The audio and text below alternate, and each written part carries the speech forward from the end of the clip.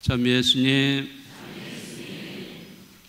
네, 그동안 무척 더운 날씨였는데 어제 비가 좀 내려서 좀 더위를 식혀주는 듯합니다. 네, 오늘 계속해서 비가 올 줄 알았는데 여러분들이 이 미사에 잘 참여할 수 있도록 지금 해가 빵 끝났어요. 그죠? 네, 근데 이따 저녁에는 또 비가 온다 그럽니다. 네, 아무튼 좀 비가 와서 이 해갈 될 수 있는 가뭄이 해갈되면 참 좋겠고요.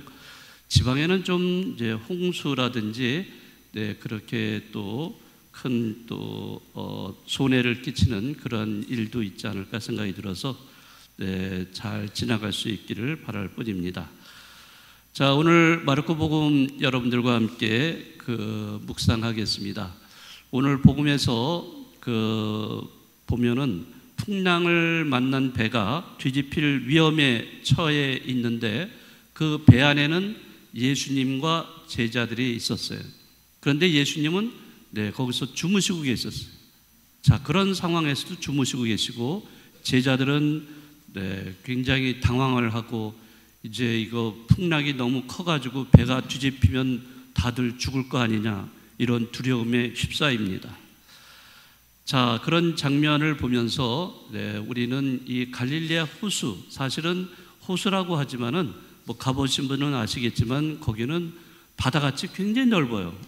갈릴레아 호수가 굉장히 넓은 곳이라서 이쪽에서 저 끝까지 이렇게 건너가게 된다는 것은 상당히 긴 시간이 요합니다. 그래서 우리는 여기 오늘 복음 말씀을 통해서 마치 인생의 시작에서 또 그쪽에 도달하는 종점이 죽음이라는 그러한 개념으로 우리가 생각해 볼 수 있지 않는가.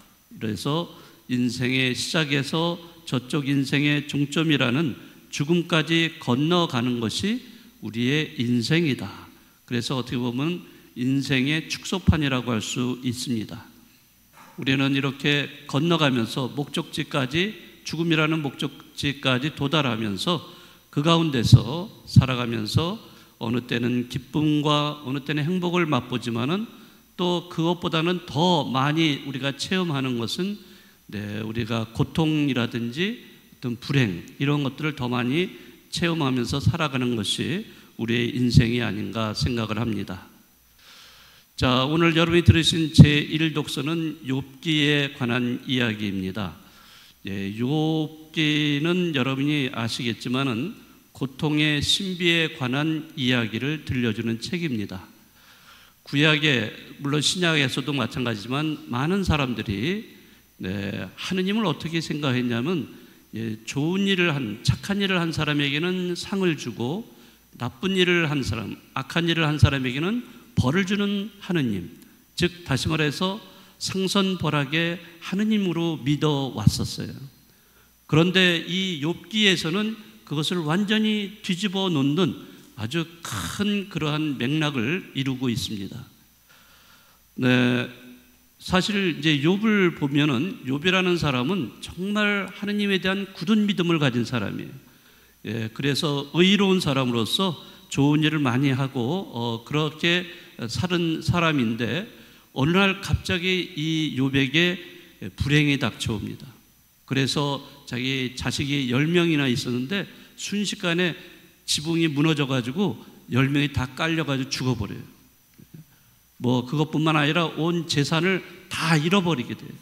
완전히 빈 털터리가 되어서 자기도 그 병에 걸려가지고 종기가 난 채 잿더미에 둘러앉아서 이렇게 사기 그릇으로 자기의 그 종기를 긁고 있는 이런 신세로 전락을 하게 됩니다.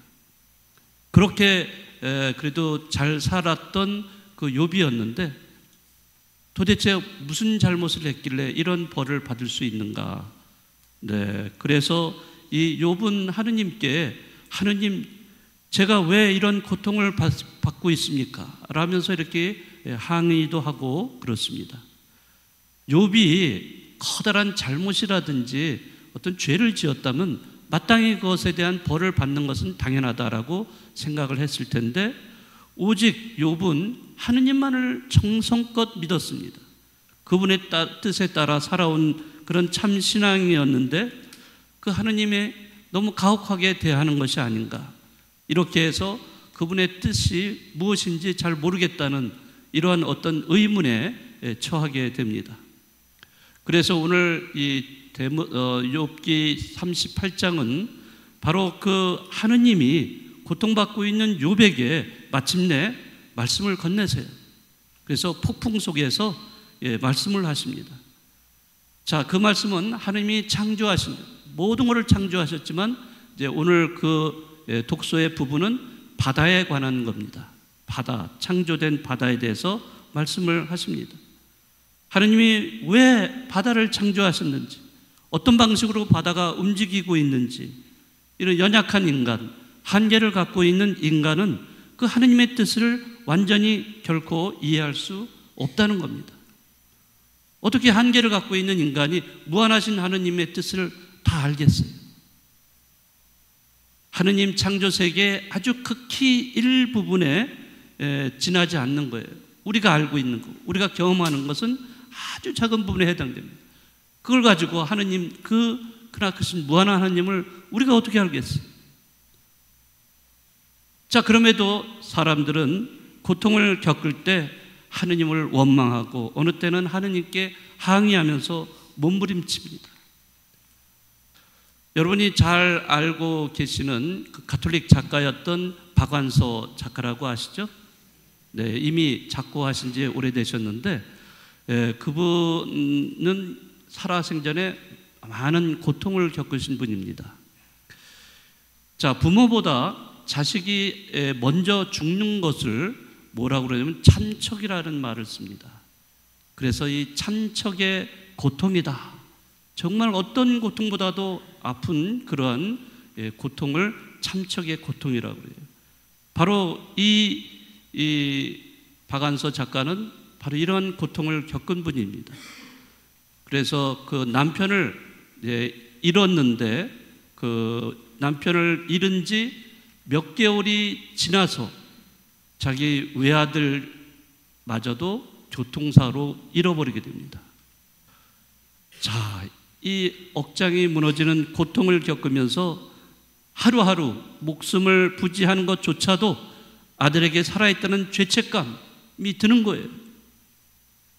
이 작가는 그런 죄책감을 견디지 못해서 먹으면 토해내고 먹으면 토해내는 이런 정도로 아주 힘들게 삶을 살아가게 됩니다. 그래서 이 박완서 작가는 어느 날 어느 수녀원 피정의 집에 혼자 피정하러 들어갑니다. 조용히 혼자서 그 어두운 시간을 보내게 됩니다. 그러면서 이 작가는 하느님께 분노를 터뜨리면서 하느님이란 그럴 수도 있는 분인가? 사랑 그 자체란 하느님이 그것밖에 안 되는 분인가? 차라리 없는 게 낫다면서 하느님을 저주까지 하는 상태에 이르게 됩니다. 아들이 죽은 다음에 처음으로 자신의 생일을 맞이한 이 작가는 뭐라고 그러냐면 내 생애에서 가장 욕된 생일날이다. 내가 태어난 날이여 차라리 사라져버려라 하고 자기 생일마저도 저주한 욥을 생각을 해냅니다. 그 작가가 피정을 하면서 그런데 그 수녀원에는 아주 나이 어린 수녀님이 계셨다고 그래요. 근데 그 나이 어린 수녀님과 우연하게 대화를 하다가 큰 깨달음을 이 작가가 얻게 됩니다. 어린 수녀님은 수녀원에 들어오기 전에 남동생 문제로 어려움을 겪었다고 합니다. 남동생이 어찌나 고약하게 구는지 집안이 편안할 날이 없었다고 그래요. 그러니까 이 어린 수녀는 이제 수녀원 들어가기 전이죠. 네, 누나로서 왜 하필 내 동생이 저래야 되나 비관도 되고 원망스럽기도 하다가 어느 날 문득 세상엔 속썩이는 젊은이가 얼마든지 있다. 내 동생이라고 그래서는 안 되는 법이 어디 있냐?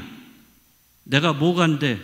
라고 생각을 고쳐먹고 그 사실을 그대로 받아들이니까 한결 마음이 가벼워지고 동생과의 관계도 호전이 되었다고 합니다.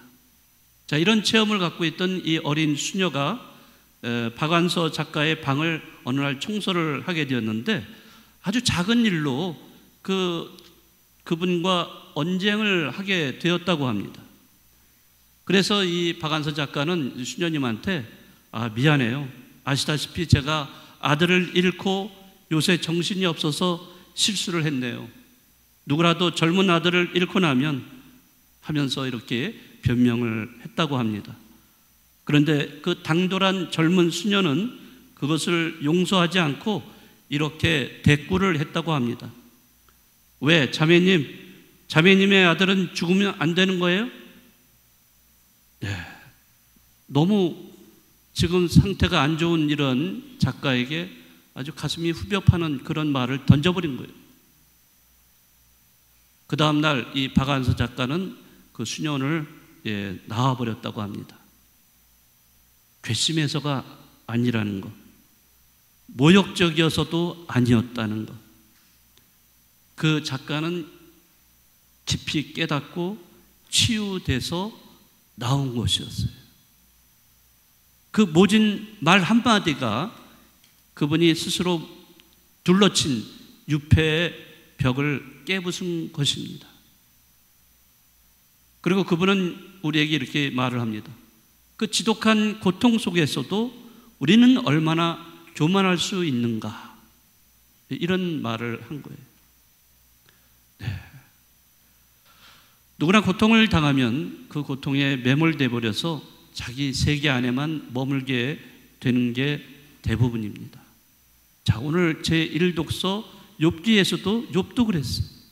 또 오늘 복음에 여러분들이 들으셨지만, 자, 제자들 풍랑을 만나서 배가 뒤집힐 정도로 위급한 상황에 놓여 있었던 이 제자들, 자, 제자들이 어땠어요? 예수님을 깨웁니다. 그러면서 스승님, 저희가 죽게 되었는데도 걱정이 되지도 않으십니까? 이러면서 예수님께 항의를 하고 예수님께 섭섭함을 드러내고 있습니다. 박완서 작가는 이렇게 고백을 합니다. 내가 만약에 왜 하필 내 아들을 데려갔을까? 라는 집요한 질문과 원한을 내 아들이라고 해서 데려가지 말란 법이 어디 있나? 이렇게 고쳐 먹을 수만 있다면 구원의 실마리가 바로 거기에 있었을 것 같았다 라고 이렇게 고백을 했어요. 자, 그 수녀님에게 충격을 받은 거죠. 왜 내 남동생만 피해야 돼? 그거 아니라는 거죠. 박완서 작가도 그거를 깨달은 거예요. 왜 내 아들만 죽음을 피해야 돼? 죽을 수도 있는 거예요. 네? 물론 뭐 교통사고로 죽었다는 게 불행한 거지만은 그러나 언젠가 죽는 거예요, 사람은. 네? 근데 그것을 왜 죽어야 되는가라고 이렇게 항의를 하고 이렇게 한다는 것은 교만한 그런 태도에서 나온 것이라는 것을 이 박완서 작가가 깊이 깨달은 것입니다. 네, 우리는 살아가면서 사실 어떤 기쁨과 행복보다는 고통과 불행을 더 많이 체험을 합니다. 자, 그럴 때 그 고통 속에서 대부분이 왜 나만 이렇게 고통을 주십니까? 왜 내가 이렇게 시련과 역경을 겪어야 합니까? 라고 반문을 하고 항의를 합니다. 자, 그렇지만 오늘 예수님이 제자들에게 뭐라고 말씀하셨어요? 왜 겁을 내느냐? 아직도 믿음이 없느냐? 라고 이렇게 질문을 하십니다. 여러분 여기에 대해서 뭐라고 대답하시겠어요? 우리는 여기에 대해서 이렇게 대답을 해야 됩니다. 예, 주님과 함께라면 겁내거나 두려워하지 않겠습니다. 자, 여러분들이 어려움을 겪으실 때, 정말 생각지도 않는 그런 힘든 일을 겪을 때 이렇게 대답을 하실 수 있으시겠어요? 대답이 없으세요? 자, 따라서 한번 해보세요. 자, 주님과 함께라면 겁내거나 두려워하지 않겠습니다. 정말 그럴 거죠? 네, 그렇죠. 나에게 어떠한 역경 고난이 온다 해도 하느님에 대한 믿음을 가지고 용기 있게 극복해 갈 수 있는 여러분들이 되시기 바라겠습니다.